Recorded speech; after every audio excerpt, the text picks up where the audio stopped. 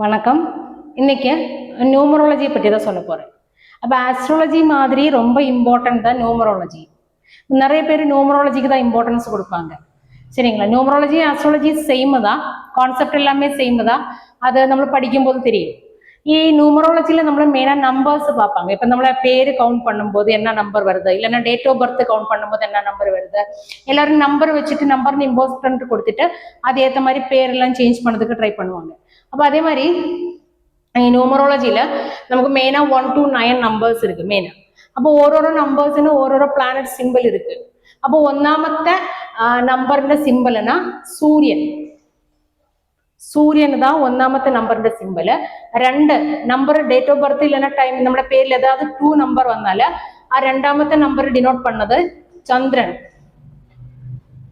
ചന്ദ്രൻ தான் രണ്ടാമത്തെ number denote பண்ணது. മൂന്നാമത്തെ നമ്പർ വന്നിട്ട് குரு.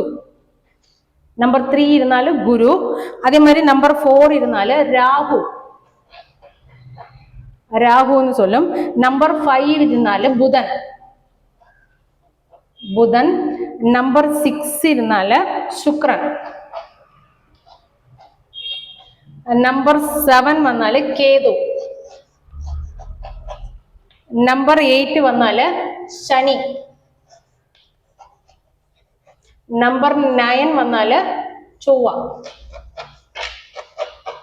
ഓക്കെங்களா? 1 വന്നാൽ സൂര്യൻ, 2 ചന്ദ്രൻ, 3 ഗുരു, 4 രാഹു, 5 ബുധൻ, 6 ശുക്രൻ, 7 കേതു, 8 ശനി, 9 ചൊവ്വ.